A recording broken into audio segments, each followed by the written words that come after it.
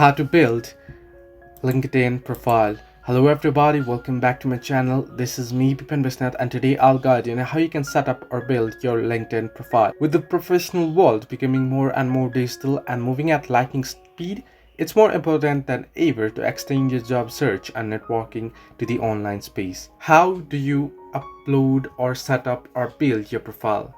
Well, the first is the photo and header image. Now these are the 10 tips for creating a profile on LinkedIn. So you want to first upload a good photo and header image. Similarly, you want to keep an attractive headline, and you want to write about yourself on personal summary and the features section as well.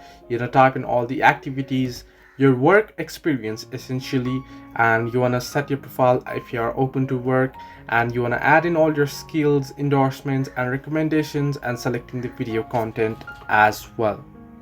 Now, why do you need a good profile? Nowadays, this social media network for professionals. Recruiters go there to find potential candidates. Employers are actively promoting their brands, and it is by far the best social media platform for job seek. You wanna upload professionally sought profile photo and profile header image, an impactful headline that conveys your personal brand, and your about section as a personal summary.